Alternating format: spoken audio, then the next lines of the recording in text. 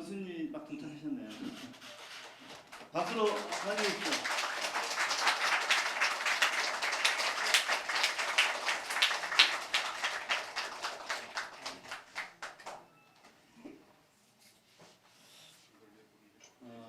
충남개방 세 번째 강의의 강사신 표창원 국회의원님을 소개해 드리겠습니다. 표창원 국회의원님은 한국 최고의 프로파일러로 유명하시죠. 경찰대 교수와 한국경찰발전연구회 아시아경찰학회 회장을 역임하셨습니다. 새정치민주연합 시절 문재인 현 대통령님의 외부인사 1호로 입당하시고 현재 경기 용인시 정에서 정지구입니다. 용인시가 4개의 구가 있더라고요. 정지구의 국회의원으로 맹활약하고 계십니다. 민주당 다시 헌신이다라는 주제로 강의 주실 표창원 국회의원님을 모시겠습니다. 큰 박수로 맞이해주십시오.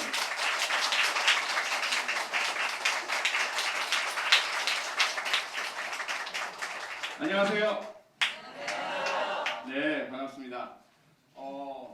전부 다 우리 박홍근 의원님 지역구 당원들이시죠? 네. 우리 박홍근 의원님께 지금 을지로위원회를 이끌고 우리 대한민국의 약자들, 경제적 약자들, 그리고 우리 더불어민주당의 경제정책의 선두에 서 계십니다.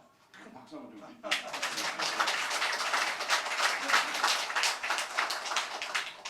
저도 을지로위원회 위원이라서 우리 박홍근 의원님 밑에서 잘 섬기고 보필하면서 지금 있고 있습니다. 오늘 여러분과 나눌 주제가 두 가지입니다.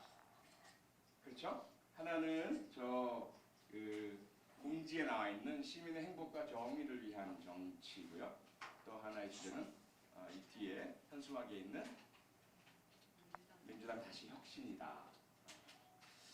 연결되는 주제이고요. 연결돼서 한번 말씀을 같이 나눠보도록 하겠습니다. 여러분들은 행복하십니까? 네. 한 5분만 행복하신 것 같고 강하게 도리질을 하시는 분이 계시고요. 네. 무슨 얘기를 하려고 하는 거야? 엄숙하게 지켜보시는 분들이 다수이신 것 같습니다. 행복이 무엇일까요? 행복이. 혹시 나는 행복이 무엇이다? 말씀해 주실 분. 행복 이거 아닙니까? 자기만족이요. 자기만족. 큰 박수 주십시오. 네. 행복은 남이 평가하는 게 아니죠, 그렇죠? 스스로가 평가합니다. 난 행복해, 그럼 행복한 거죠. 누가 시비를 걸겠습니까, 그렇죠? 예. 그건 당연히 진리이고요. 조금 더 한번 그건 당연한 거고. 도대체 우리는 어떻게 해야 행복할 수 있을까? 행복의 조건은 무엇일까?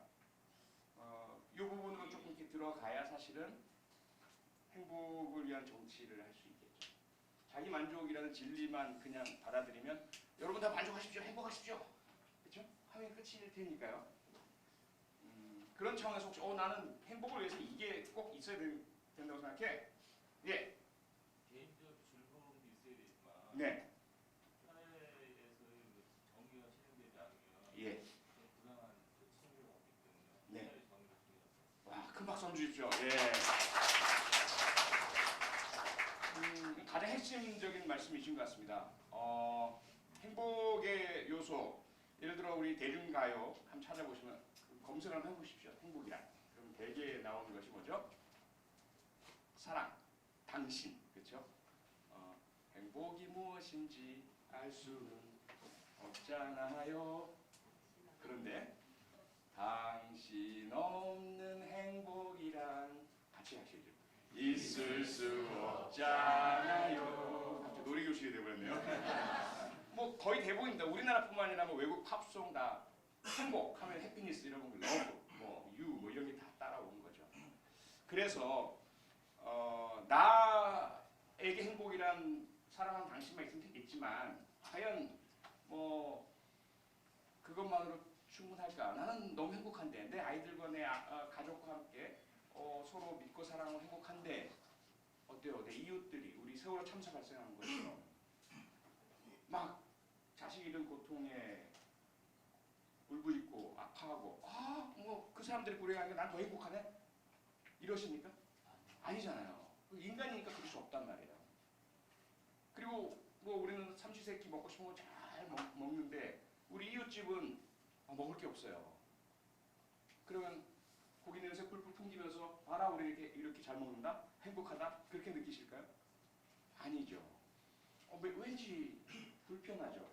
내가 먹는 이 맛있는 고기가 그냥 아무 생각 없이 마시고 즐거워야 할 텐데 바로 내 이웃에서는 오늘도 먹을거리가 없다는 것을 내가 알고 있다면 이게 목에 잘 안 넘어가겠죠. 그게 인간입니다. 그래서 이 사회가 적어도 내가 미안하지 않을 정도로 내가 구태여 부담 가지 않을 정도 내 행복을 만끽하고 누릴 수 있게 되어야 사실은 정말 행복한 거겠죠. 그래서 지금 선생님 말씀 주신 것처럼 사실 진정한 행복이란 것은 나의 기쁨, 만족, 즐거움만이 아니라 나와 함께 살아가는 내 주변에 내가 속한 우리 공동체에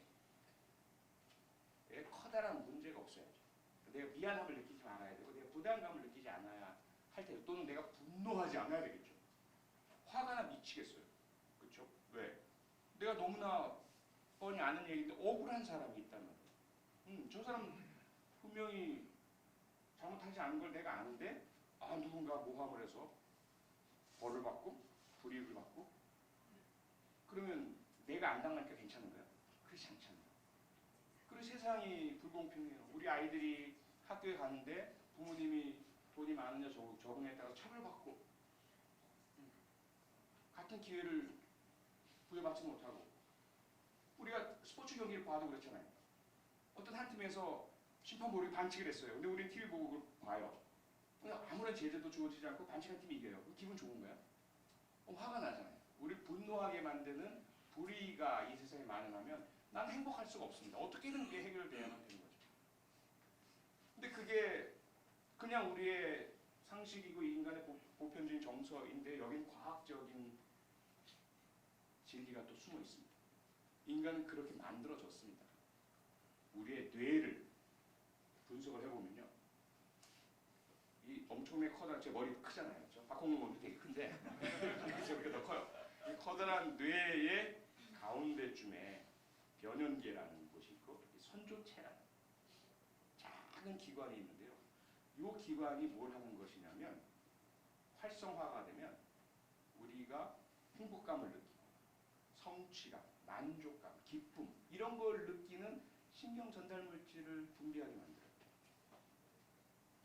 근데 이게 언제 활성화가 될까요? 그거만 아니면 우리는 늘 행복할 거 아니겠어요? 기분 좋고. 언제 활성화가 될까요? 맛있는 거 먹을 때도 당연히 활성화가 되겠죠. 또는 내가 바라던 승진을 했어요.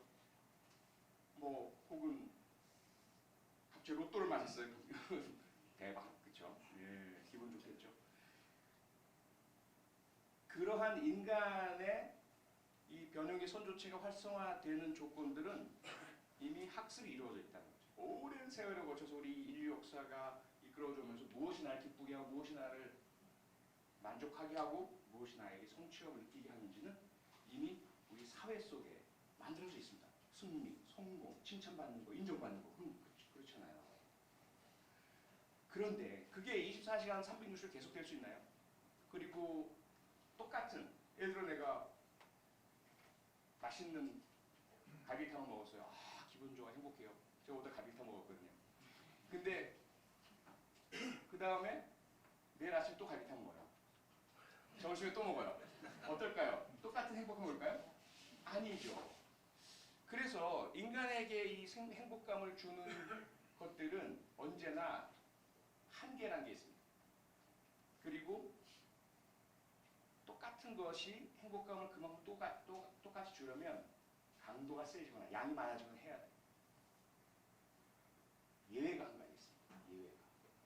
2008년에 미국 UCLA 대학, 잘 아시죠? 유명한 대학입니다.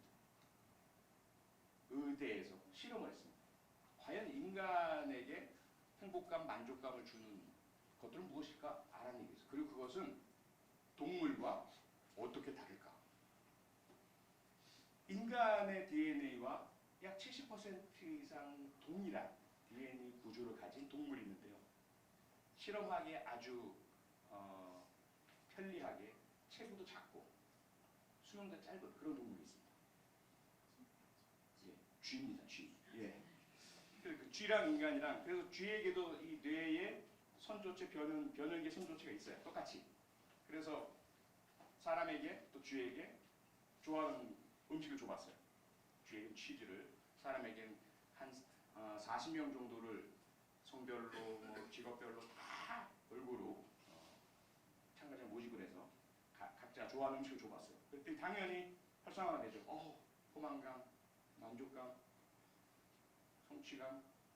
쥐에게도 치즈를 주니까 똑같이. 그럼 인간과 쥐가 똑같네. 다른 것들, 뭐 장난감도 줘보고 놀기 하기도 줘보고 거의 비슷해요. 근데 딱 차이가 나는 부분이 하나 생기죠.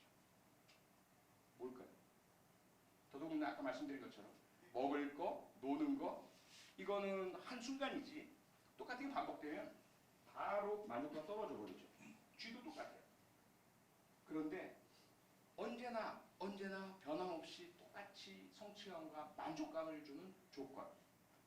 그런데 쥐에겐 전혀 만족감을 주지 못하는 조건이 하나 있었습니다. 그게 뭘까요? 뭔가 칭찬받을 좋은 일, 남에게서 고맙다고 이야기 들을 일을 할 수 있는 여건을 만들어준 거예요. 쥐는 옆에 다친 동료 쥐가 있고 가서 이제 핥아서 도와줄 수 있는 여건을 만들어준 거죠. 쥐에게서는 그런 상황에서 전혀 선조체가 활성화되지 않았고요. 인간은 청소를 하고 넘어져 있는 분을 일으켜 세우고 앞서가는 사람이 뭐 떨어뜨린 걸 주워서 잠깐만요 주고 그때마다 변함없이 언제나 똑같이 선조체가 활성화되더라는 말이죠. 그러니까 인간은 그렇게 만들어져 있는 프로그램이 되어 있는 거예요. 나의 만족, 내가 원하는 거, 뭐 좋아하는 거 이런 것만으로는 도저히 인간은 행복을 지속할 수가 없고요. 내가 무엇인가 쓸모있는 일을 한다. 내가 무엇인가 남에게 도움을 주고 있다. 내가 우리 공동체에 보탬이 되고 있다. 이런 것을 느낄 때 언제나 변함없이 만족감을, 행복감을, 성취감을 느끼게 되어 있다는 거죠. 인간이라는 존재 자체가. 그래서 그러면 여기서 도대체 정치의 역할은 무엇일까요? 우리가 이렇게 생겨먹은 대로 인간의 본래 모습대로 살게 해주면 될 거 아니겠습니까? 그렇죠? 굳이 다른 생각, 내가 괜히 양보했다가 내가 괜히 도움 줬다가 나중에 나만 손해보는 거 아니야? 나만 바보 되는 거 아니야? 나만 밀려나는 거 아니야? 우리 아이들만 손해보는 건 아니야? 그런 불안과 그런 불신을 가지고 살아가게 만들면 우리가 생겨난 대로 만들어진 대로 행복감 느끼면서 살 수가 없습니다. 그런데 지금 우리 대한민국의 정치는 어떤가요? 그렇게 서로 믿고 돕고 사랑하고 살 수 없게 만들고 있죠. 의심하게 만듭니다. 미워하게 만듭니다. 지역으로, 이념으로. 그래서 우리의 사명은 제대로 된 정치를 해야 되겠다. 국가가, 대한민국이 더 잘 사는 거 중요하죠. 지금 경제 성장률이 2.6%에서 2.4%로 2.2%로 막 전망이 내려가니까 난리가 납니다. 큰일 났다. 정부는 뭐 하느냐? 정치 제대로 안 할래? 중요하죠. 중요합니다. 하지만 본질은 그것만은 아닌 거죠. 그럼 우리는 어떻게 살고 있나? 무엇이 중헌디? 그렇죠? 곡성 보신 분 웃으실 텐데. 그 본질에 해당되는 것들을 우리는 이제부터 제대로 찾아 나가야 되겠다는 거죠. 여기서 이제 그러면 우리 더불어민주당은 도대체 어떤 정치를 해야 할까? 어떤 존재일까? 정치란 것이 본디 시민의 행복을 지켜주고 그 행복의 본질인 사회 정의를, 공정함을 유지해 주는 것인데, 그래서 시스템을 믿고 내가 착하게 법을 지키고 다른 사람 존중하고 배려하고 돕고 살면 자연스럽게 나도 행복하고 우리 아이도 잘 되고 서로가 다른 사람도 나를 도와주고 내가 힘들고 어려울 때 손을 내밀어 줄 텐데 라는 그런 동료 의식을 애를 가지고 살아갈 수 있게 만드는 것이 정치의 본질이라면 과연 우리 더불어민주당은 어디에 와 있을까요? 어떤 상황일까요? 어디로 가야 할까요? 이 문제로 좀 넘어가 보도록 하겠습니다. 당원이 아니신 분 한 분 혹시 손 들어 보시겠습니까? 예. 네. 예. 아쉽습니다. 잠깐만 그 당원 아니신 5분 잠깐 제외하고요. 우리 더불어민주당 당원이신 분들, 더불어민주당 당원님이 자랑스러우십니까? 네. 그 정도의 목소리로 저보다 작으시잖아요. 더불어민주당의 당원님이 자랑스러우십니까? 네. 왜 자랑스러우십니까? 왜 자랑스러우십니까? 박홍근 의원님이요. 네, 그 당연한 것이고요. 네. 우리 더불어민주당의 당색이 무슨 색이죠? 파란색이죠. 같은 색을 가진 미국의 야구팀이 있습니다. 혹시 아세요? LA 다저스. 우리 류현진 선수가 지금 역사적인 기록을 세우고 있는데요. LA 다저스의 상징적인 인물이 있습니다. 토미 라소다라는 가끔 그 혹시 중계 보시면 아주 이렇게 뚱뚱하신 분인데 우리 박찬호 선수도 이렇게 감독하면서 키워주시고 지금은 이제 은퇴하셨지만 거의 상징적인 분. 이분이 뭐라고 했냐면 나의 몸에는 푸른 피가 흐른다. 내가 죽으면 아마 나의 혈관에서 파란색 피가 나올 것이다. 나는 그냥 다저스의 일부분이다. 이런 이야기를 하셨어요. 왜 그렇게 좋을까? 왜 자기가 그 몸속에 푸른 피가 흐른다고까지 할까? 푸른색이 가장 뜨거운 색 아니에요? 가장 뜨겁다. 예, 대단히 역설적인 말씀을 주셨습니다. 네. 원래 그렇지 않아요? 원래 그런가 봐요. 앙리마티스의 그림을 보면 그렇게 나와요. 아, 그렇군요. 빨간색보다 더 뜨거워. 네, 박수 한번 주십시오. 예.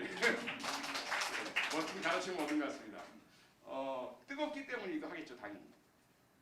다저스의 푸른 피는 그분은 평생 다저스 야구를 자기가 만들어냈고 자기가 그 일부였으며 그 이후에도 함께 해왔던 그쪽에 전문적인 뭔가 있겠 다른 팀과 다른 뭔가 있겠죠, 그렇죠?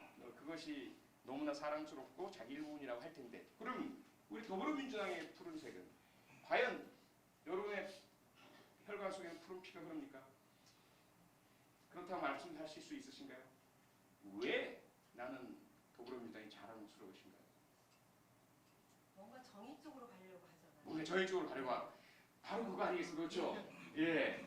제가 더불어민주당을 사랑하고 제가 더불어민주당 당원님이 자랑스러운 예. 바로 그것입니다. 네. 대한민국이 지금으로부터 100년 전 1919년 일제치하에서 신음할 때 우리 선조들이 우리 조상들이 열망하던 게 무엇입니까? 가장 강하게 바라던 게 무엇입니까?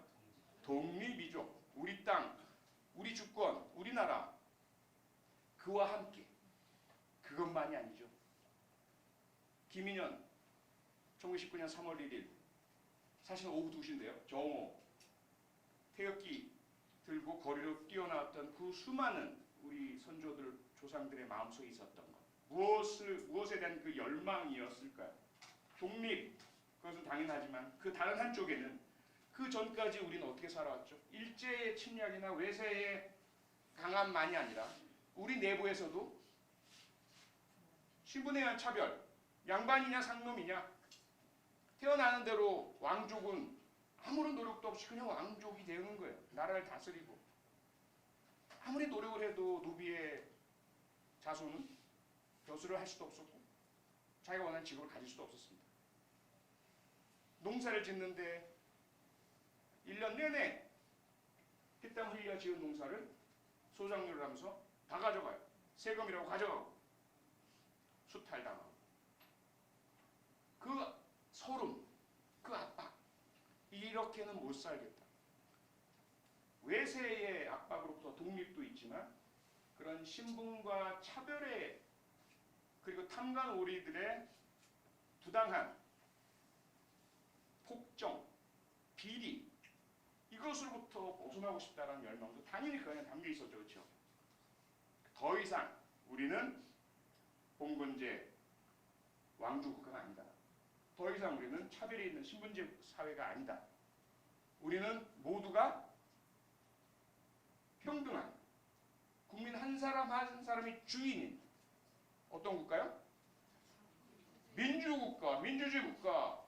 다 그렇게 될 것이다. 그렇게 만들 것이다. 1919년쯤부터 100년 전 우리 선조들의 외침이었고 갈망이었고 열망이었고 그 뜻이 모아져서 독립선언문이 만들어지고 4월 11일 날 중국 상해에서 임시정부가 수립되면서 임시헌장으로 우리의 헌법의 원조로 만들어진 거 아니겠습니까? 그 안에 담긴 의미가 뭡니까? 지금 말씀하신 민주주의가 있죠. 평등이 있죠. 또 뭐가 있습니까? 우리가 일제강점 같은 이런 전쟁 속에서 살고 싶습니까? 아니죠. 우리는 어떤 나라가 되고 싶습니까? 평화로운 나라가 되고 싶습니다. 평화.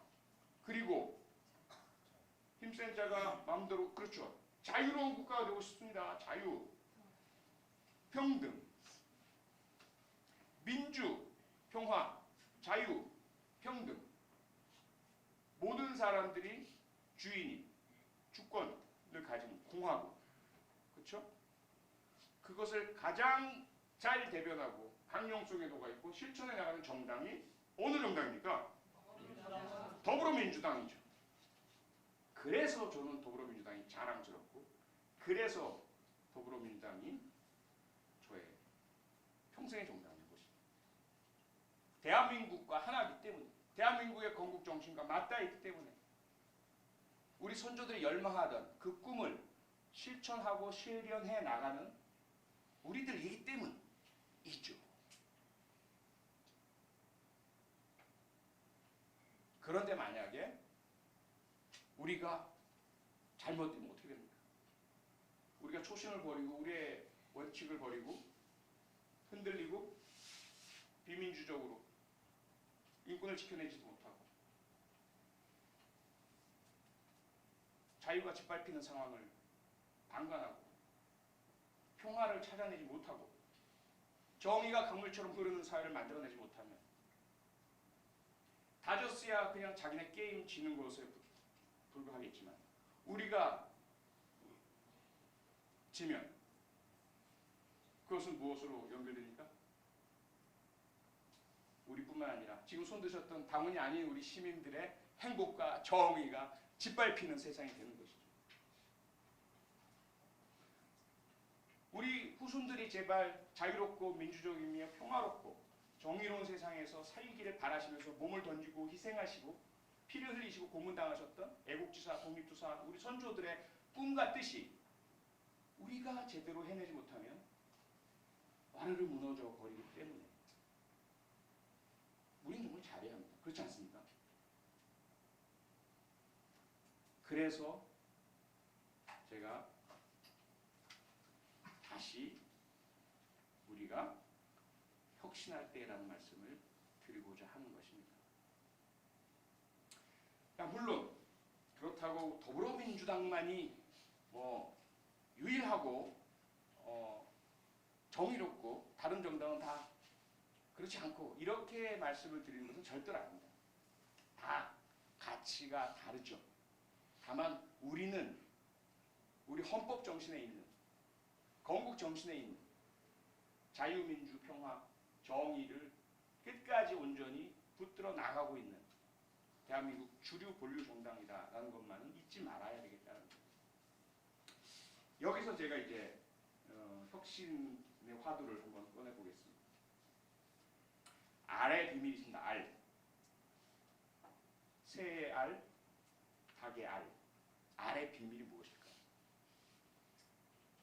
알의 비밀. 네? 예. 예. 누가 말씀 주셨습니까? 스스로. 예.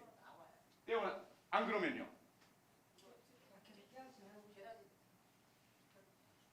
예. 큰 박수 좀 주십시오. 큰 박수 좀 주십시오. 박수 좀 인정하시네요. 알의 비밀. 스스로가 깨어나오면 뭐가 됩니까? 새가 되죠.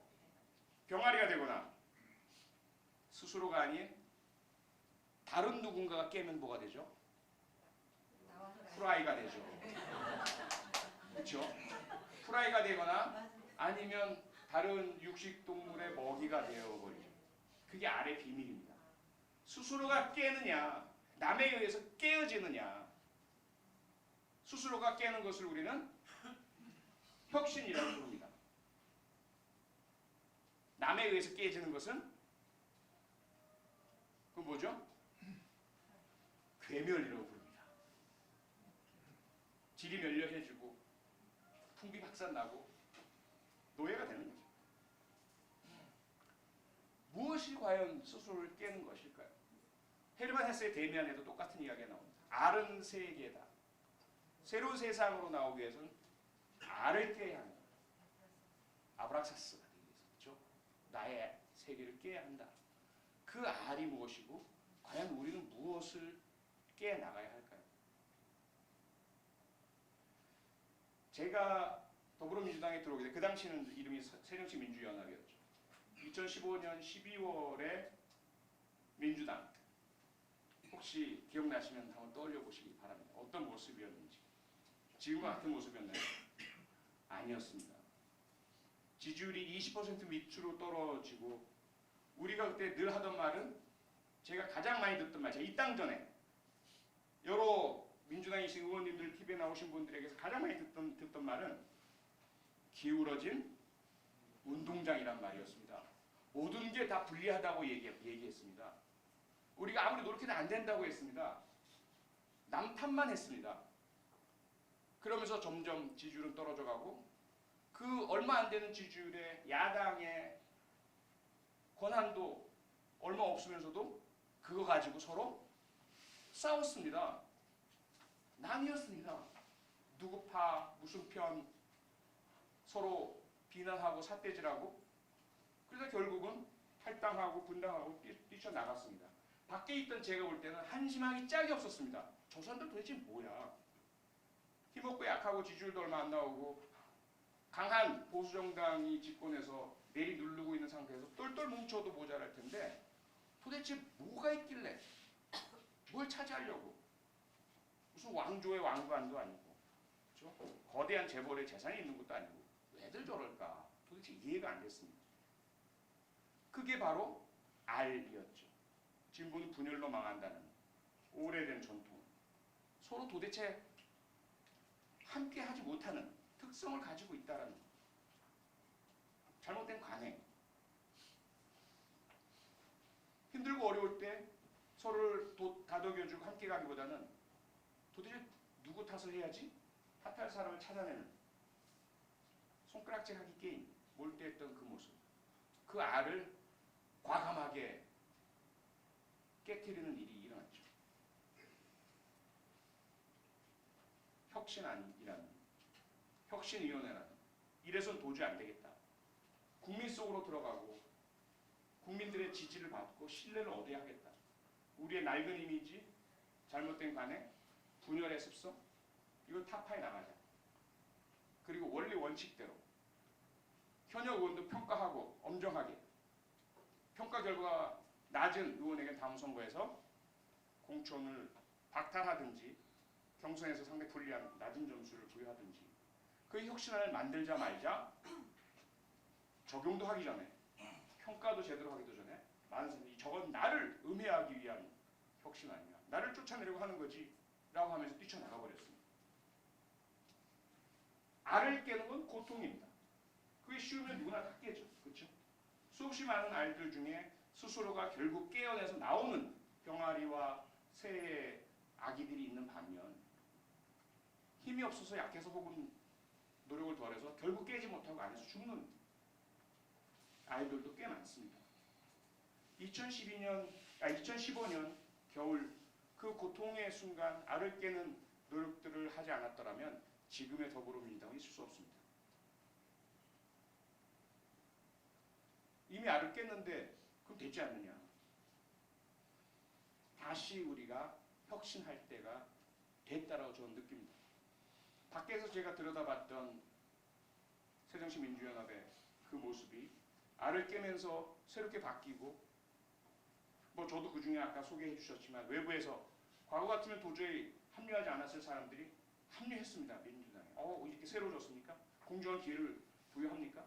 우리가 대한민국을 위해서 정말 낡은 이념에 사로잡히지 않고 국민을 위해서, 국가를 위해서, 정의를 위해서, 민주를 위해서, 자유를 위해서, 평화를 위해서 아무 생각 없이 사심 없이 열심히 일할 수 있습니까?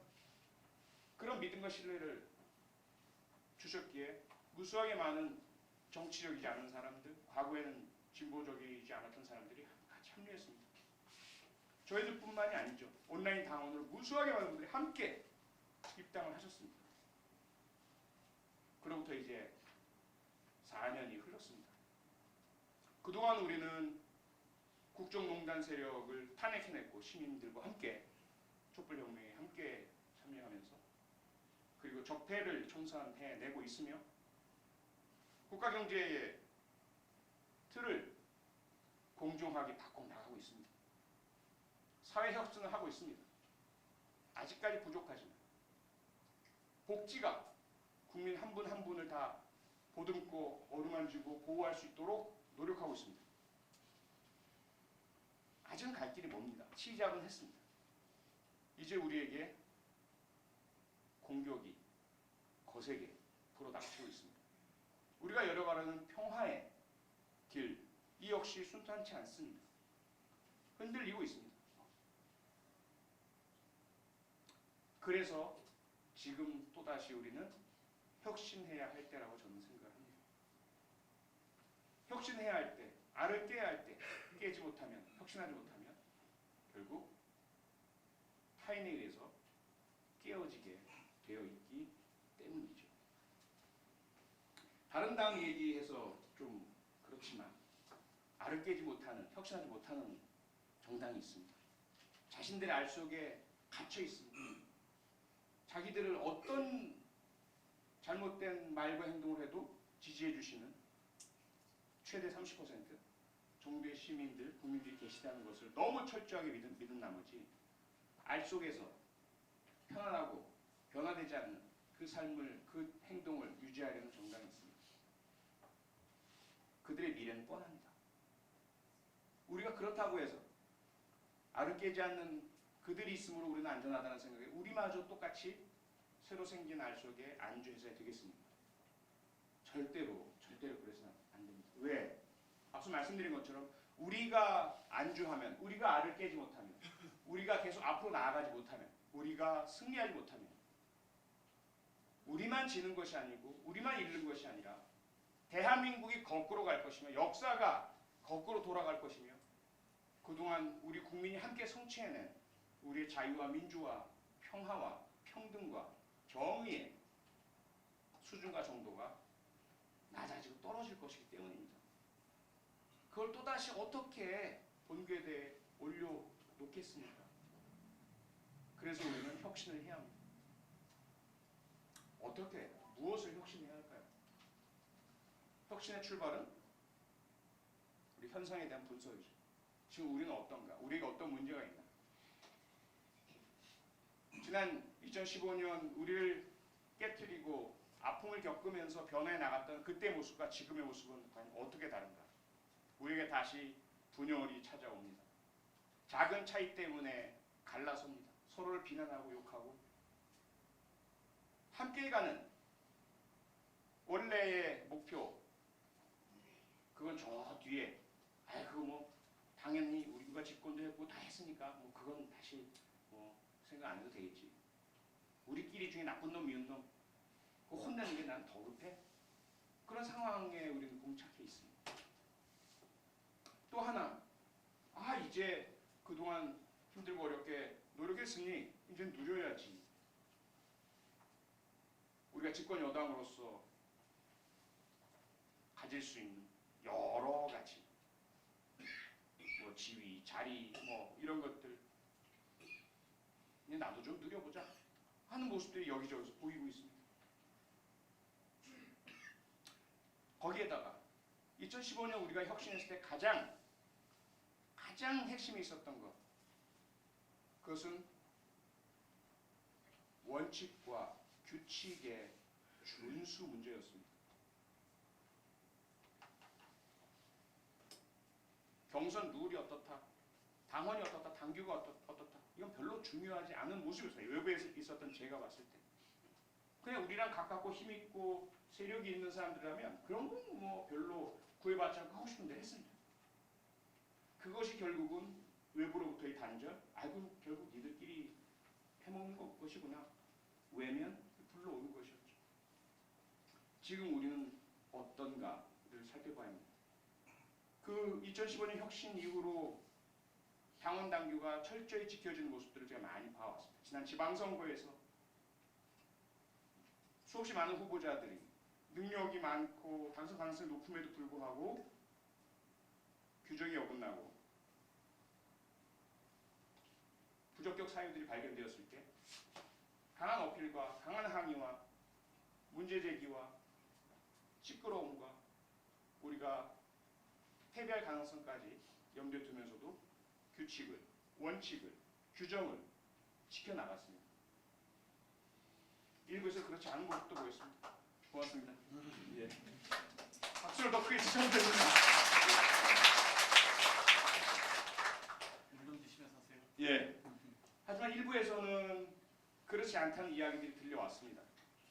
저에게도 많은 항의와 민원이 있었고 문제 제기가 있었고 시비거리가 있었고 그 이후에 뒤따른 문제가 있죠. 규정과 원칙과 약속을 지키느냐의 문제와 그 다음 나타나는 것은 결과에 승복하느냐의 문제였죠.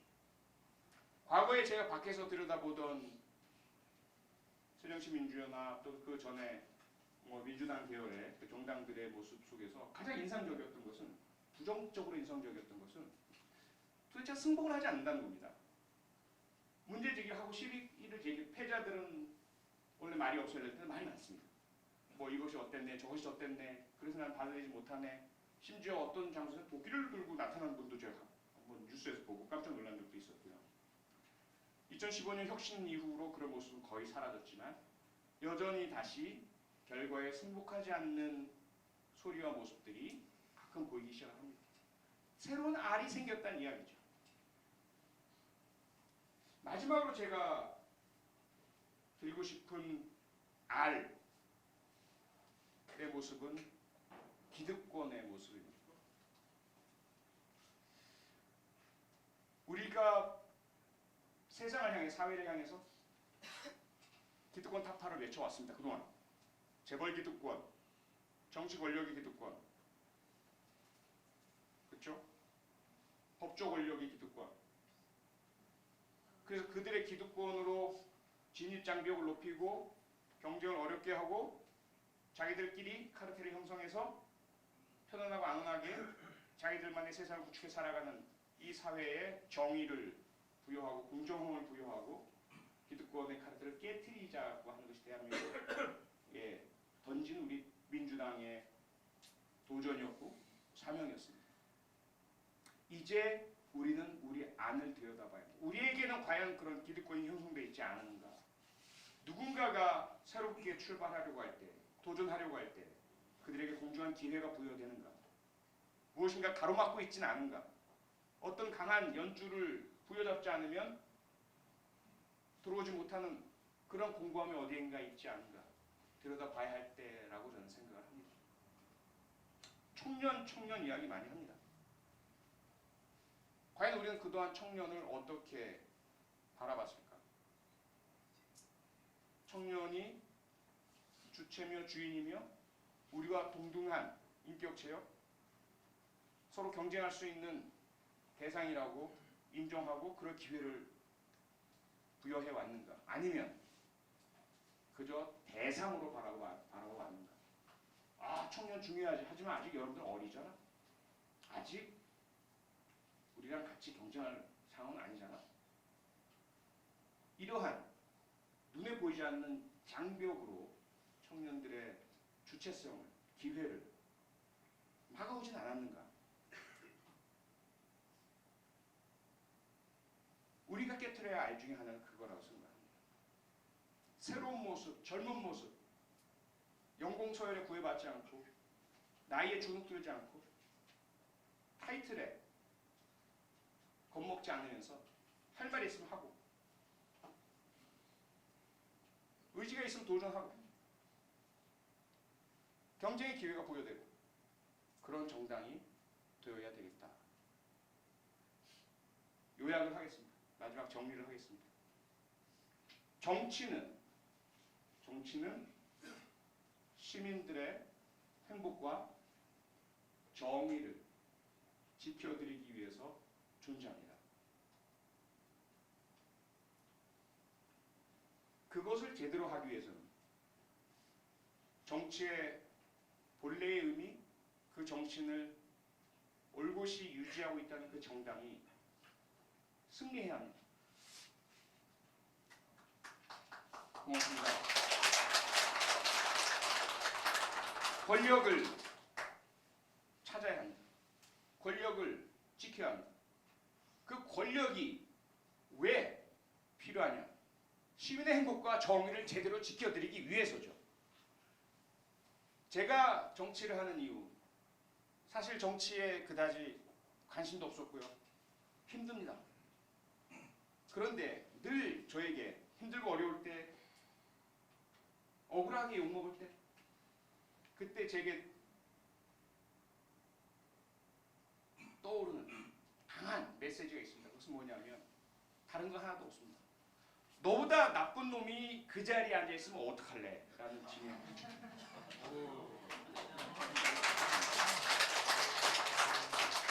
만약에 이 중랑구에 박홍근 의원보다 더 탐욕스럽고 이기적이며 시민들을 불행하고 그리고 사회를 불이하게 만든 사람이 국회의원이라면 여러분 어떠시겠습니까? 그거 하나입니다. 그거 하나입니다. 제가 지키는 이 자리, 우리 헝가리 부다페스트에서 바이킹 시긴이라는 커다란 배의 선장이 우리 여행객, 대한민국 국민들 33분이 타고 있었던 배를 너무나 무도하게 부딪히고 알았으면서도 지금 추정컨대는 한 번, 두 번 역과라고 하죠. 앞뒤로 왔다 갔다 하다가 도주해버렸습니다. 우리 아까운 시민들이 목숨을 잃으셨어요. 그 바이킹 시긴호의 선장이 그런 나쁜 놈이 아니라 제대로 된, 혹시라도 내가 이 휘를 잡고 있는 동안 한 분이라도 혹시 다칠까봐 노심초사하면서 내가 근무하는 이 시간 동안은 절대로 아무런 사고가 나지 않고 안전하게 쾌적하게 우리 승객들께서 여행하실 수 있도록 해야 되겠다는 사명감으로 가득 찬 분이었다면 그 사고가 났을까요? 안 났죠. 세상은 저는 그렇다고 생각합니다. 꼭 정치만이 아니라 모든 자리, 모든 장소에 더 나쁜 놈이, 더 잘못된 놈이 탐욕으로 자신의 사익 추구를 위해서 그 자리를 차지하고 앉아서 남에게 불행을, 사회의 불의를 가져오지 않도록 노력하는 것. 그것이 저는 우리 사회의 가장 중요한 원칙이라고 생각합니다. 그것이 정치로 왔을 땐 훨씬 더 그 영향이 커다랗죠. 그래서 우리가 혁신해야 할 이유는 너무나 자명합니다. 그동안 그래도 우리는 창당 이래로 대한민국 역사와 함께 독재 정권의 일부가 된 적은 없습니다. 독재 정권에 부역한 적이 없습니다. 민주주의를 파괴한 적이 없습니다. 국민들의 인권을 침해하는 방향성으로 움직여본 적이 없습니다. 그런 세력과 싸워왔습니다.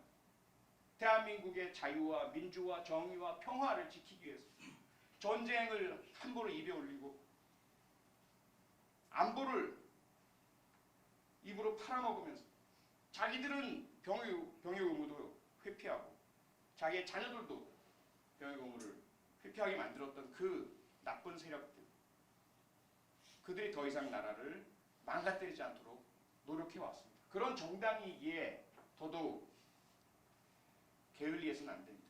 혁신해야 합니다. 우리 안에 있는 문제를 간과해서는 안 됩니다. 찾아내야 합니다. 고쳐야 합니다. 우리 알을 깨트려야 합니다. 더욱더 새로운 정당, 더욱더 강한 정당, 더욱더 멋진 정당으로. 그래서 우리 주민들, 국민들, 시민들께서 그래 더불어민주당 너희들 한번 해봐 라고 응원과 지지를 보여줄 수 있는 그런 정당으로 우리는 하루하루 새로워져야 하고 하루하루 서로 혁신을 해야 합니다. 그 혁신의 길로 여러분을 초대해드리기 위해서 제가 여기에 왔습니다. 고맙습니다.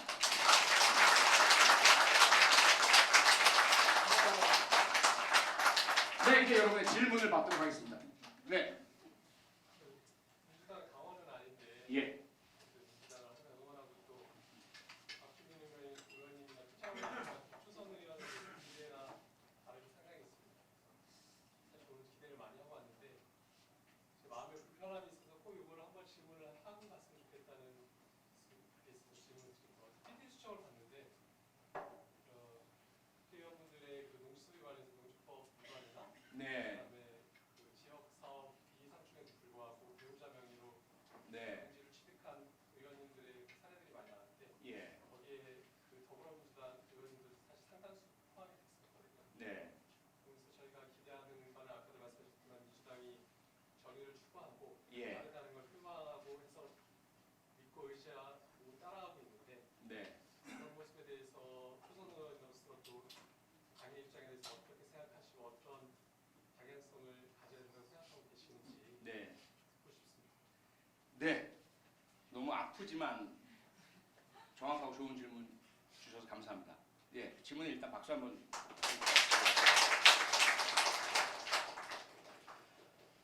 제가 말씀드린 알을 깨는 혁신 중에 바로 들어가 있습니다. 우리라고 해서, 우리 더불어민주당이라고 해서 과연 모두가 다 깨끗하고 정의롭고 정당할까요?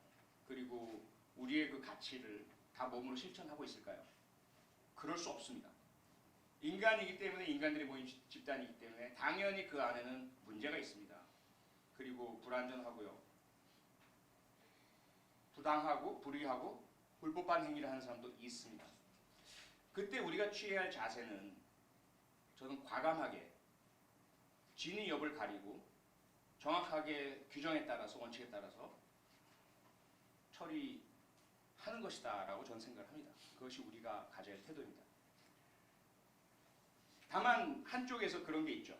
지금 정치인과 관련된 수사나 소송, 기소들이 계속 이루어집니다. 역사성으로 봤을 때 과거에 뭐랄까요, 억울하게 정치인이기 때문에 뭐 은혜를 당하거나 공격을 당하거나 모함을 당하거나 그렇게 해서 수사가 이루어지고 기소가 된 예들도 꽤 있습니다. 지금도 그렇다라고 본인들은 주장을 합니다. 그때 과연 우리는 어떻게 해야 할까? PD수첩의 그 보도도 제가 어제 보진 못했지만 그 전에 유사한 내용을 담은 신문기사는 봤습니다. 그래서 우리 당 의원들이 이름이 거론되는 것도 봤고요. 제가 그 사례 하나하나를 조사하거나 수사하지 않았기 때문에 정확한 진위 여부를 모릅니다. 하지만 그 고발이 사실이고 불법 행위가 있다면 그것은 당연히 법에 의해서, 원칙에 따라서, 우리 당원 당비에 따라서 처리가 되어야 된다고 생각을 합니다. 하지만 확인되지 않았고 제가 그 부분의 디테일을 알지 못한 상태에서 그것을 기정사실로 인정한다든지 또는 그에 대해서 어떤 구체적인 조치가 내려져야 된다든지 이렇게 섣부른 말씀을 드릴 수 있는 위치는 아니다라는 거, 그 말씀을 드리고 싶고요. 그 원칙에 따라서 우리는 스스로가 깨끗해지고 자정하고 아프지만 인정하고 그리고 필요하다면 그 부분에 대해서 사과하는 그런 모습이 되어야 된다고 저는 생각합니다. 답이 되었습니까? 네, 고맙습니다. 네, 또 질문. 예. 의원님 좋은 말씀 잘 들었습니다. 네. 혁신, 저 작은 부탁을 좀 하나 드리고 싶어서 예. 혁신을 지금 아래서 깨어나시는 걸 혁신으로 표현하셨는데요. 네. 원래 이 혁신은 한국으로 치면 가죽 협자의 새신자입니다. 가죽을 벗겨서 새로운 것을 만들 만큼의 고통이 따르는 것이 혁신이죠. 네. 그 혁신의 대상이 내가 나는 아니라고 생각하면 안 된다는 것을 말씀드리고 싶고 네. 민병도 의원님께서 페이스북에 그런 글을 올리셨더라고요. 요즘 국회가 지금 6개월째 안 열리고 있습니다. 저는 기업을 하고 있는 사람인데요. 6개월째 회사가 문을 닫고 있으면 저는 망했을 겁니다. 네. 감옥을 갔거나 아니면 신용불량자가 돼서 어디를 헤매겠죠. 세금으로 국회의원들이 계시기 때문에 망하지는 않습니다. 국회는.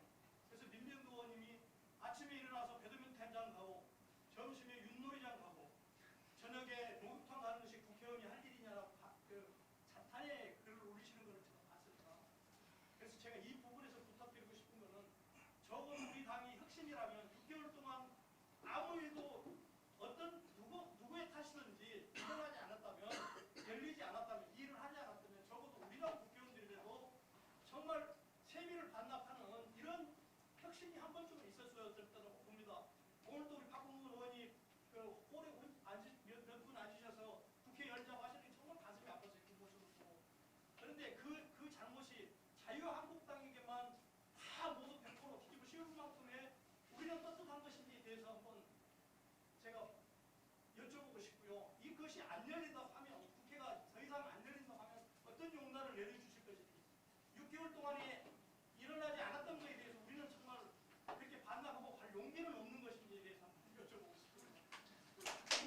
네.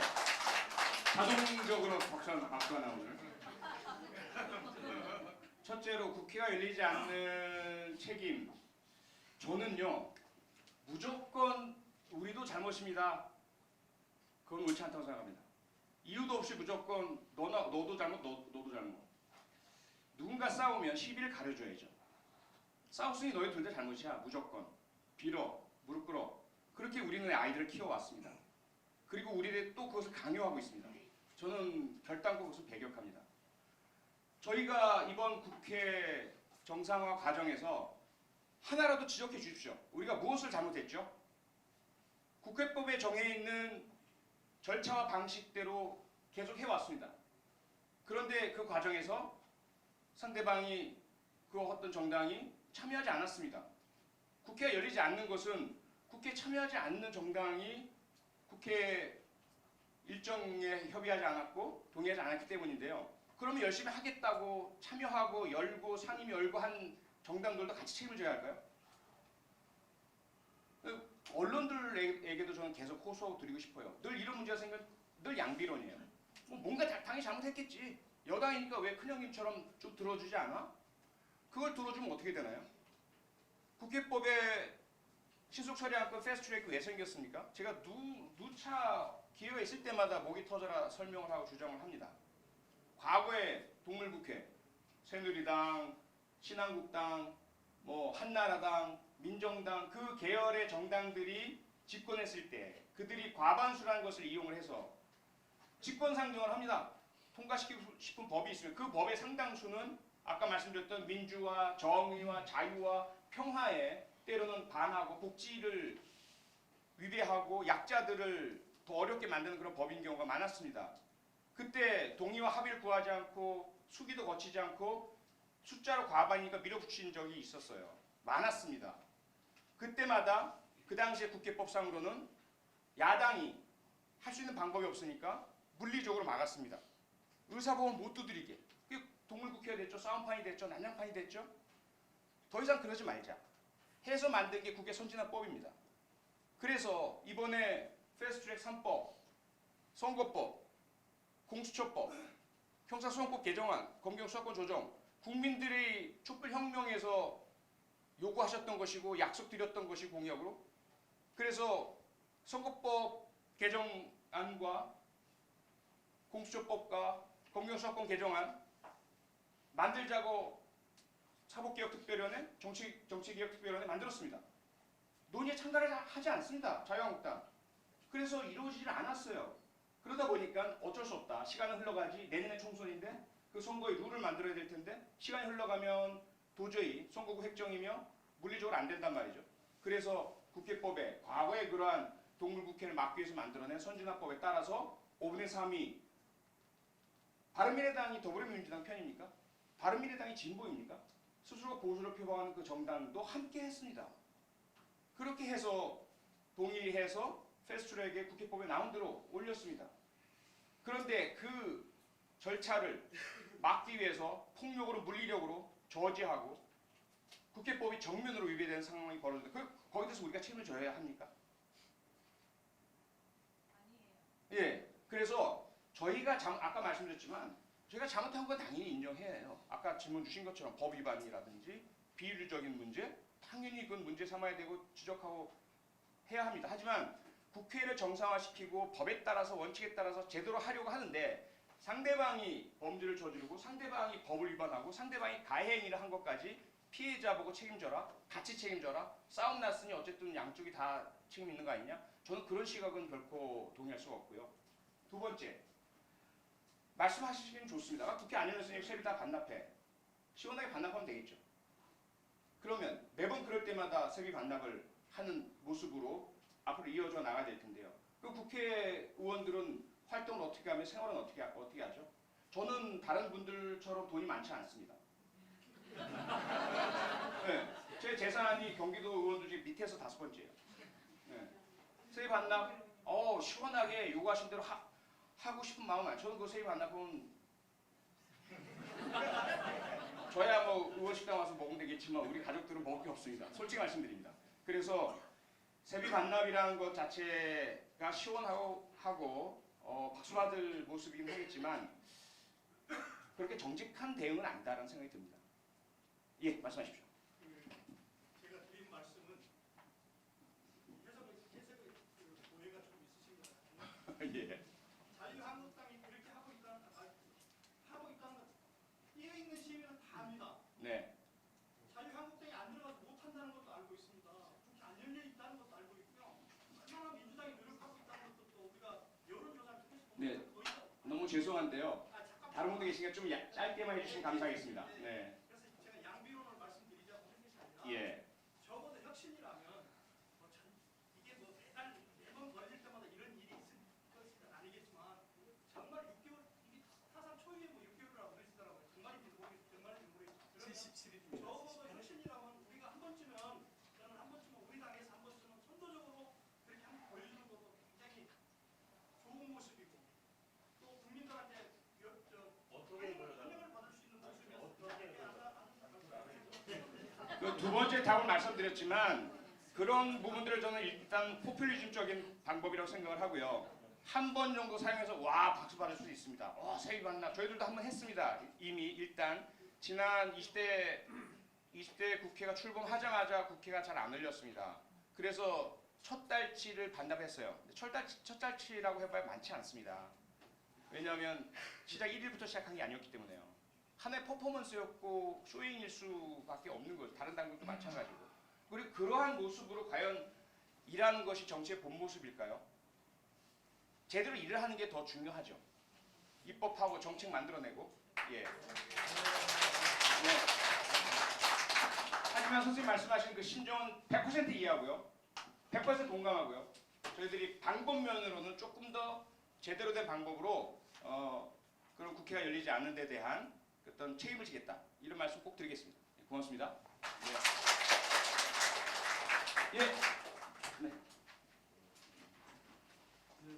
저는 민주당 청년 박홍근 의원님을 모시고 활동하고 있는 충남구을 청년형 그룹입니다. 네. 네, 의원님 그 강연을 종합적으로 들어보니까 문득 질의드리고 싶어서 일어났는데요.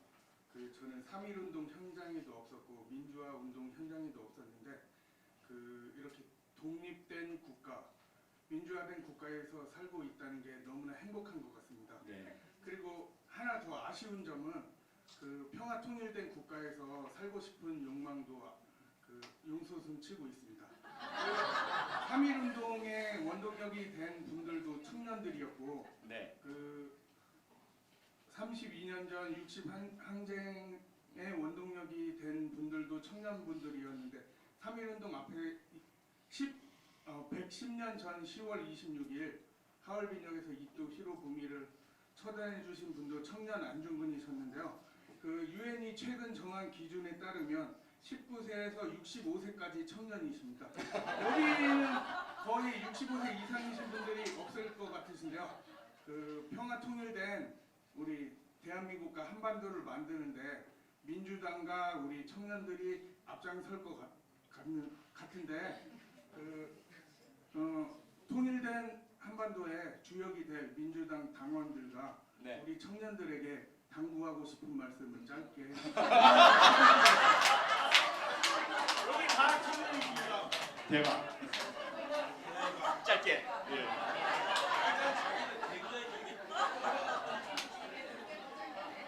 청춘의 피는 끓는다. 끓는 뒤에 뛰노는 심장은 거선의 기관과 같이 힘이 있다. 이것이다. 바로 이것이다. 인류의 역사를 끊어내려온 동력은 바로 이것이다. 됐죠? 고맙습니다. 다음 질문. 네. 저도 아까 개인 행복, 즐거움과 그다음 사회 정의라 근데 민주당은 참 정의롭고 정치적으로 상당히 저도 굉장히 지지하는 편인데요. 저는 이제 사업하는 사람인데 네.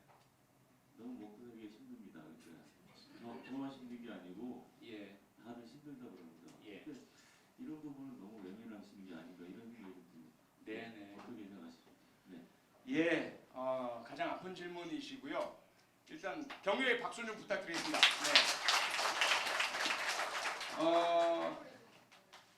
우선 정부 여당 이기 때문에 무한 책임을 져야 합니다. 그리고 힘드신 부분에 있어 어떤 사업에 종사하시는지 모르겠지만 전반적인 대한민국 경제가 침체 상태이고요. 일부를 제외한다면 다들 어려우신 상황이라서 그 부분에 대해서는 무조건 죄송하다는 말씀과 함께 저희들이 잘하겠다는 말씀 우선 드리겠습니다. 그리고 나서 이제 꼭 드리고 싶은 말씀은 뭐냐면 그동안에 이제 우리 대한민국의 경제를 이렇게 지켜보면 언제나 이렇게 고저가 있지 않습니까? 높고 낮고 성장기가 있었고 침체기가 있었고 대한민국이 고도 성장기를 거쳐서 지금 5030 그 GNP 1인당 GNP 3만 불에 5천만 명 이상이 거주하는 그런 세계에서 7번째 나라가 됐단 말이죠. 이러한 경제 규모 하에서는 사실 성장이라는 것은 대단히 어려운 상황을 너무 잘 아실 테고요.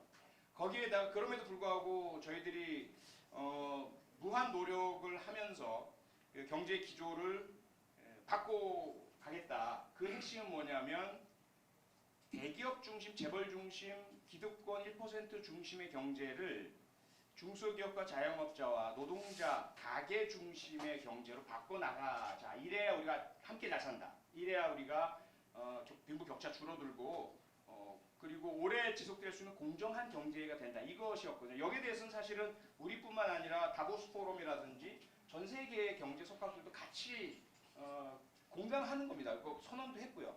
특히나 이제 자본주의의 그 위기, 자본주의가 지금 전 세계에 사실은 주류잖아요. 주류 경제인데 위기를 겪고 있다. 지난 미국에서의 그런 아큐파이 운동, 그 99%의 반란, 이게 가장 상징적이긴 했지만 더 이상 이렇게 빈부격차가 심하고 가진 자들은 너무 많은 것들을 누리고 수없이 많은 사람들은 빈곤에 허덕이는 이 상태가 지속된다면 자본주의가 망할 것이다. 그래서 이 자본주의를 지키기 위해서라도 경제의 패러다임이 포용적 성장, 인클루시브 그로스라고는 함께 성장하는 기조를 바뀌어야 한다는 것은 전 세계 공통입니다. 그것이 한국화돼서 나타난 것이 소득주도 성장입니다. 그래서 최저임금을 올리고 경제 공정성을 확대시키고 그다음에 우리 박홍근 의원님께서 가장 잘하셔서 을지로위원회를 이끌어 가지고 계시지만 여기 하나가 이제 혁신성장이거든요. 그래서 그동안의 성장 동력들이 수명이 다해간 상태가 되어다 보니까 새롭게 친환경, 바이오, 대체 에너지 이러한 형태로 바꿔 나가야만 계속해서 우리가 성장할 수 있다는 것 때문에 바꿔 나가는데 그러다 보니까 전환기가 되잖아요. 이 변화되는 시기에 이 전환기에 되었을 때 특히나 그러한 변화에 이 경계에 서 있는 분들이 많은 고통을 겪으십니다. 근데 오늘도 저희들이 그 얘기를 하고 왔지만 온라인 그런 매매가 활성화되기 시작하면서 자영업자들이 너무 힘드신 거예요. 심지어 대형 백화점마저도 오늘도 이제 그 얘기를 하고 왔는데 대한민국의 최고의 매출액을 올리던 대형 백화점들이 지금 적자세를 다 유지하고 있습니다. 왜 그러냐 했더니 손님은 맨날 바글바글해요. 많이 그 백화점에 오시는 분들께서 물건만 보시고 그 물건의 넷대르라고 하죠. 거기에서 이렇게 부호나 상품 이름이나 이런 것들을 가지고는 가서 온라인에서 똑같은 제품을 수치도 한번 입어볼게요 하고 자기에게 맞는 치수를 알게 되고 나서 온라인에서 주문하면 20% 30%가 싸단 말이죠. 화장품 회사도 그래가지고 그 화장품 대리점들이 완전히 다 지금 망하는 상태에 놓여 있고 그래서 저희들이 경제를 제대로 못한 것도 분명히 있겠지만 이러한 전반적인 이 변화의 흐름 속에서 힘들어하시는 분들이 생길 수밖에 없는 건 분명하고요.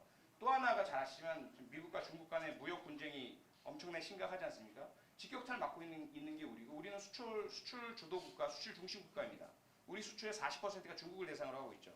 그런데 중국이 미국과 무역 분쟁을 하면서 급속도로 떨어져 나가고 있고 우리 수출 물량이 그래서 수출액 자체가 또 무역 수지를 포함한 경상 수지가 계속 나빠지고 있습니다. 어쩔 수 없는 참 이 상황도 좀 이해를 해주셨으면 하는 그런 좀 바람이 좀 크게 있고요. 저희들이 물론 잘못한 것도 있지만 나름대로 최선을 다해오고 있고 그리고 이러한 큰 흐름 속에서의 좀 역부족도 있다. 이 말씀 꼭 드리고 싶고 그럼에도 불구하고 저희들이 우리 박홍근 의원님, 을지로 위원장님을 필두로 해서 정부에도 계속 그 말씀드리고 있는 게 지금 주신 말씀처럼 현장의 목소리를 더 듣자. 너무 우리 원칙만 고집하지 말자. 혹시 우리가 잘못한 것도 있는지 살펴보자. 그래서 최저임금 부분도 이제 수정이 됐고요. 인상폭도 지금 줄여 나가기로 했고 그 체제 개편을 위한 법안이 올라가 있죠. 그리고 주 52시간 근로제도 지금 탄력 근로제를 시행하는 방안의 법안이 또 올라가 있고요. 이런 부분을 시행하면 또 노동자분들은 후퇴한다고 또 화를 내십니다. 참 힘들어요, 저희 이 양쪽이 끼어서. 택시도 마찬가지 아닙니까? 지금 우버라고 하는 전 세계의 그런 공유 운송 사업이 막 전 세계를 휩쓸고 있습니다. 이제 미국에 갔더니 미국의 캘리포니아와 라스베가스 쪽에서는 우버가 나타나면서 40%의 수입이 줄어들었대요, 택시들이. 난리가 났답니다. 이게 전 세계적인 현상이에요. 근데 우리 같은 경우는 더 심하죠. 왜냐하면 우리는 다른 나라에 없는 택시 면허 제도가 있다 보니까 개인 택시 사업자들께서 다른 사람으로부터 1억 원씩 주고 사시고 그 가격이 앞으로 전망이 안 좋아지다 보니까 점점점 떨어지고 아예 판매가 안 되는 상황이 되어버렸단 말이죠. 그분들은 막 절박한 거예요. 그런데 세계 경제 흐름이 바뀌고 시민들은 출퇴근 시간에 택시 잡기 어렵다. 그러니 그런 새로운 공유경제 해달라 요구하고 계시고 또 그런 신산업 동력으로 인해서 플랫폼 사업자들이 개발하고 사업할 수 있도록 해달라고 하는데 이걸 막는 건 또 자본주의에 반하고 이런 이제 상당히 힘든 상황에 놓여 있다는 것은 좀 말씀드리고 싶고요. 하여간 그럼에도 불구하고 죄송하고 열심히 하겠습니다. 네, 고맙습니다. 네, 한 2분 정도 더 질문 받을 수 있을 것 같습니다. 네.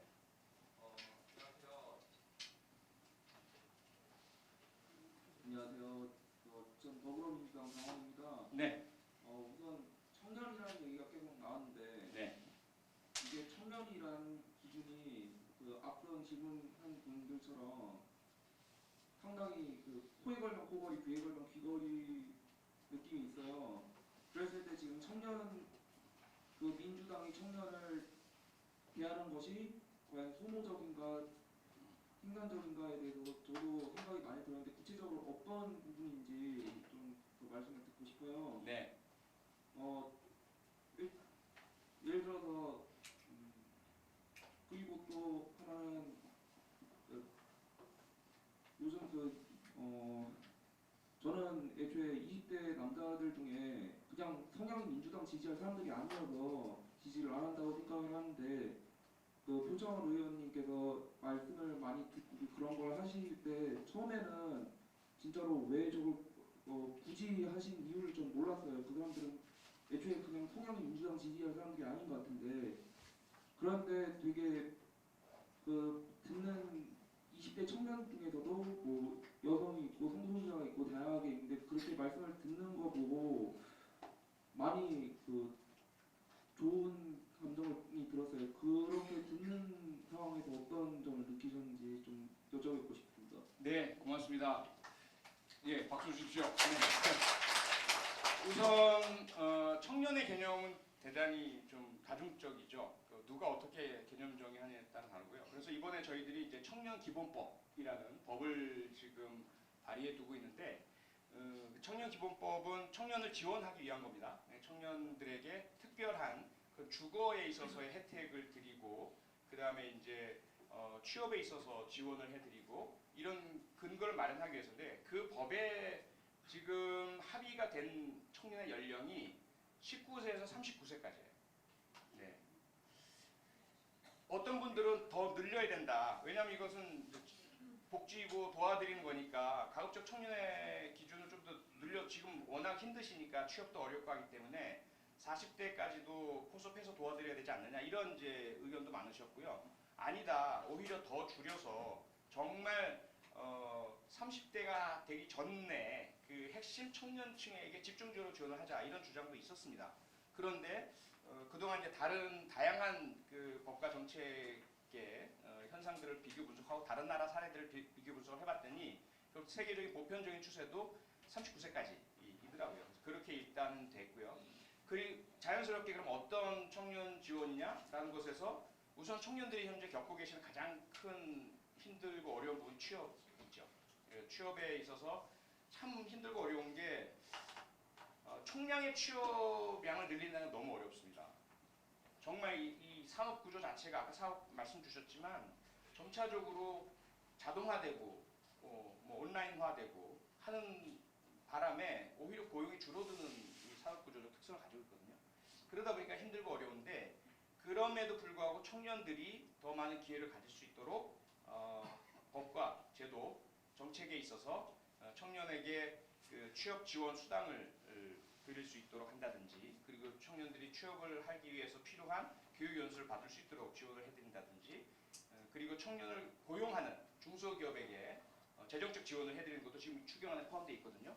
그렇게 해서 그 중소기업에게 청년을 고용해 주시면 한 분을 더 고용할 수 있는 그러한 임금을 보존해 드립니다. 뭐 이러한 형태로 청년 지원을 하고 있고요. 그 다음에 이제 주거에 있어서도 청년들이 지금 가장 어려운 게 원룸만 해도 서울 지역 역세권 정도 되면 보증금 싸봐야 500, 비싸면 1000이 넘어가고 그리고 월세가 30에서 50, 60까지 가는 감당하기 힘든 그런 주거 환경이거든요. 그래서 이런 부분들을 이제 청년을 위한 공공 주택들을 다양한 형태로 많이 만들어서 지원을 해드리도록 하는 그런 정책들도 있고요. 그래서 청년 지원 정책은 상당히 많은 부분을 저희들이 나름대로 준비를 하고 있는데 제가 드렸던 부분들은 그렇게 청년을 대상으로 도와드리는 것에 그치는 것이 아니라 청년들 스스로가 주체로서 참여하실 수 있는 길을 열어드리자. 그랬을 때 비로소 더 실효성 있는 청년 정책과 입법이 될 수 있다라는 것이거든요. 그래서 그 청년기본법 내에도 청년이 위원으로 반드시 참여하도록 하는 그런 위원회 구성이 되어 있고 저희 당에서도 청년들이 시도의원, 구의원 등 기초자치단체의 선거에 출마할 때도 기탁금이라든지 선거 비용이라는 장벽 때문에 잘 진출 못하신 경우도 많거든요. 그래서 그 장벽을 없애는 방향의 논의가 계속 되고 있습니다. 당에서 청년특별위원회가 만들어져서 노력을 하고 있고요. 두 번째 질문, 제가 이제 20대 남성들에게서 듣겠습니다라고 해서 두 차례 토론회를 가졌습니다. 그 토론회를 가졌던 거는 첫째로 청년들로부터 욕을 좀 먹고 싶어서였어요. 불만들이 많으시더라고요. 그리고 특히 이제 그 청년 남성들, 20대 남성들에게서 아까 말씀드린 것처럼 워낙 취업 문제가 힘들고 경제 상황이 어렵고 그 주거 문제도 있고요. 교통의 비용과 어려움, 이 삼중고가 닥쳐 있다 보니까 불만이 많으세요. 근데 여기에다가 덧붙여서 우리가 지속적으로 이제 차별을 해소하고 평등한 세상을 만들어 나가다 보니까 성별에 있어서 우리가 그동안 남성 중심 사회, 남성 중심 사회였던 이 불평등성을 바로잡아오는 과정에서 여성들을 위한 정책들이 많거든요. 여성들을 보호하고 여성들의 진출을 좀 도와드리고 그러한 부분들이 나올 때마다 지금의 청년, 20대 청년들은 차별한 적이 없단 말이에요. 특혜를 받은 적이 없어요. 태어나서 살아오는 그 환경 속에서 이미 과거와 많이 다르기 때문에 우리들, 여러분들의 아버지 세대들이 누렸던 남성으로서의 특권 특혜가 지금 청년들에게는 전혀 없었단 말이죠. 그런데 왜 같은 동료인 우리 여성들에게만 자꾸 정책을 만들어주고 왜 여성 편만 들어주고 이러느냐라는 이제 불만들이 많으시더라고요. 그래서 그 부분을 이렇게 산발적으로 이렇게 계속 하시는 것보다는 오셔서 직접 뭐 누구라도 좀 들어드리고 좀 쏟아내실 것은 쏟아내시고 그러실 기회를 좀 드리고 저도 좀 생생한 목소리를 듣고 정말 어떤 생각을 갖고 있는지 온라인에서 나오는 것만이 아니라 그걸 듣고 싶었고요. 두 번째로는 그렇게 하다 보면 뭐 제가 워낙 이쪽 영역에서 올해 한 30년 해왔잖아요. 범죄 문제를 포함해서. 그래서 그러한 부딪힘을 하다 보면 그러면 이제 그 뒤에 감정의 해소가 조금 일어나고 나면 이제 진정한 욕구와 진정한 수요와 요구의 문제가 나오게 됩니다. 그때 이제 우리가 그런 정책적으로 입법적으로 어떻게 해드릴 수 있을지를 찾기 위해서였어요. 그래서 처음 그 만남을 했을 때 3시간 동안 제가 3시간 동안 계속 주구장창 이제 비난도 듣고 뭐 조롱 섞인 그런 말씀도 듣고 제 아들 또래의 친구들이었지만 그리고 뭐 도전적인 질문도 받아보고 필요할 때 제가 답도 드리고 이렇게 3시간을 같이 보냈어요. 그러다 보니까 이제 온라인 한 구석에서는 좋아하더라고요.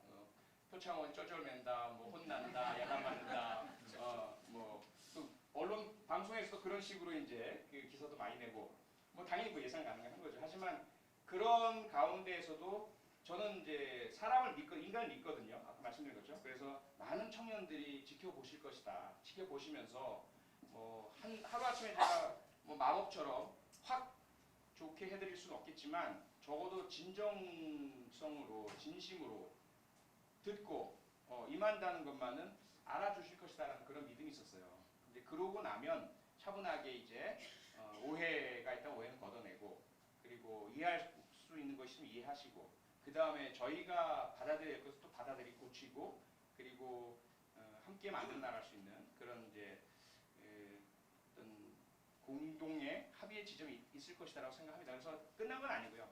제가 2차례 그런 만남을 가졌지만 지금 후속으로 계속 준비를 하고 있습니다. 그래서 이제는 청년 전체를 위해서 할 수 있는 정책과 입법을 하나하나 해나가면서 함께 좀 빨리는 아닐지 몰라도 천천히일지라도 꼭 바른 방향으로 갈 수 있도록 노력을 하겠습니다. 고맙습니다. 네, 시간이 딱 9시가 됐습니다. 여러분 진지하게 열의 있게 도전적으로 임해해 주셔서 너무나 감사하고요.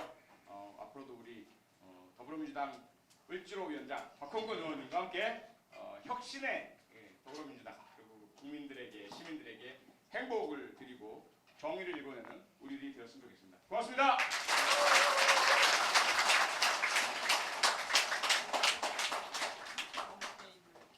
물 좀 드릴까요? 맞았습니다. 예, 강의 잘 들으셨어요? 네. 사실 그 전부터 계속 표창원 의원님 모시면 안 되냐는 목소리가 컸는데 저희가 이제 2년 전에 중랑 서원이라는 이름으로 할 때는 그때 미처 못 모셨고요. 이번에 이제 중랑 깨방 이름으로 출발하면서 평소 우리 지역 주민들이나 당원들께서 뵙고 싶은 분들 싹 한번 모시자 싶어가지고 이번에 부탁을 드렸는데 흔쾌히 시간을 내주셨어요. 다시 한번 오늘 딱 머리가 들어오죠. 그러니까 이 대한민국과 우리 국민의 정의와 행복을 위해 정치가 특히 그 정치의 중심에 있어야 될 우리 더불어민주당이 더 혁신해야 한다 이 말씀을 주셨는데요. 젠틀한 스타 정치인 그리고 오늘 만나보니까 정말 말씀도 잘하시고 정말 쏙쏙 들어오게 표현도 잘하시고 그러지 않으세요? 네. 표창원 의원님께 다시 한번 뜨거운 박수 부탁드립니다.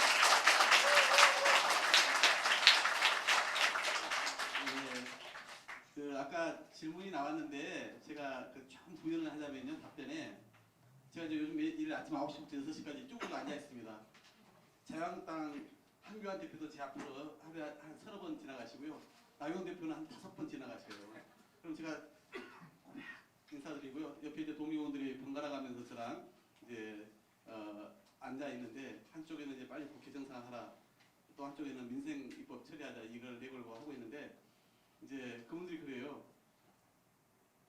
여당이 이렇게 농성하는 거 안 어울리는 거 아시죠? 이렇게 얘기를 합니다. 그러면은 국민이 원하는 거라면 이 이상도 저는 더 할 수 있어요. 저는 그렇게 맞받아치거든요.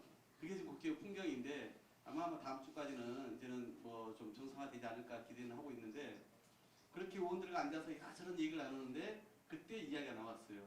국회의 문호동 무임금에 대한 우리 국민들 80%가 동조한다는데 이걸 우리가 어떻게 봐야 되냐 앉아서 이제 우리 여러 가지 뭐 토론을 자체적으로 하거든요. 근데 그때 이제 나온 이야기는 아까 우리 표 의원님이 얘기한 것처럼 과거에 우리가 해봤는데 법적으로는 월급을 우리가 반납할 수 없습니다. 지금은. 그러니까 그동안은 걷어서 좋은데 이제 기부를 합니다. 그리고 또 그 기부를 어디다 할 거냐 가지고 또 말들이 나오고 하니까 이게 참 복잡했어요.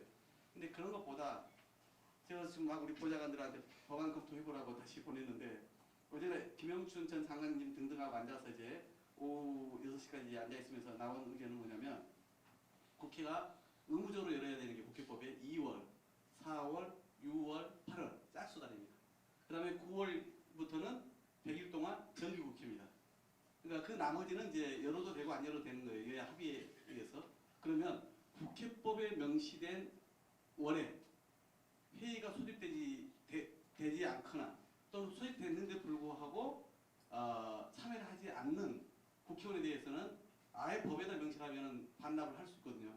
그렇게 아예 법에다 명시를 해버리자라고 어제 우리가 토론을 좀 했어요. 그래서 제가 어제 그걸 깜빡 잊고 있었는데 아까 마침 그 질문이 나와가지고 우리 보좌관한테 그 국회법 개정안을 지금 검토를 해봐라 이렇게 얘기를 했는데요. 오늘 좋은 질문으로 받아들인다고 그리고 그런 말씀 취지를 좀 더 이제 그런 장치를 만들어야 된다. 쇼가 아니라 이렇게 말씀을 주신 걸로 저도 알고 있고요.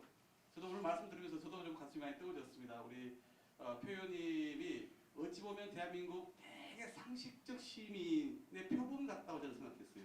저는 오히려 20살 때부터 좀 생각이 너무 이제 앞서가지고 그렇게 그냥 뭐 학생운동, 시민운동 뜨겁게 살다가 이제 여기 왔습니다만은 어찌 보면 가장 평범한, 가장 표준적인 어떤 그런 뭐랄까 시민의 생각을 갖고 정치권에 들어오셔가지고 지금 우당에서 활동을 하고 계시잖아요. 그리고 그만큼 그러다 보니까 공감력이 크신 분이에요.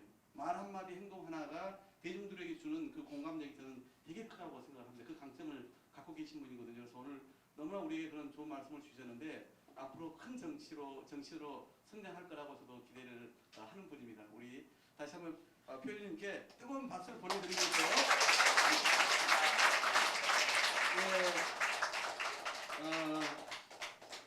지난번에 우리 지난번에도 우리가 이제 그 누굽니까 선물을 드렸잖아요. 근데 이것도 제가 드리지 않고 오늘 혹시 제일 먼저 오신 분 오늘 강의 출석 제일 먼저 왔잖아. 1번 자, 이 나오세요. 예, 1번 이 나오세요. 자, 이 나오세요.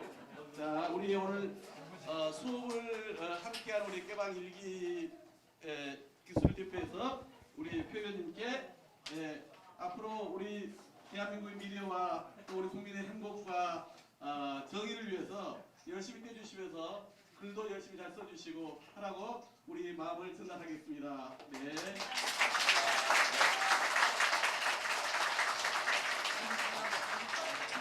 반납해야 되는 거 아닙니까? 아닙니다. 이거 반납합니다. 예, 예.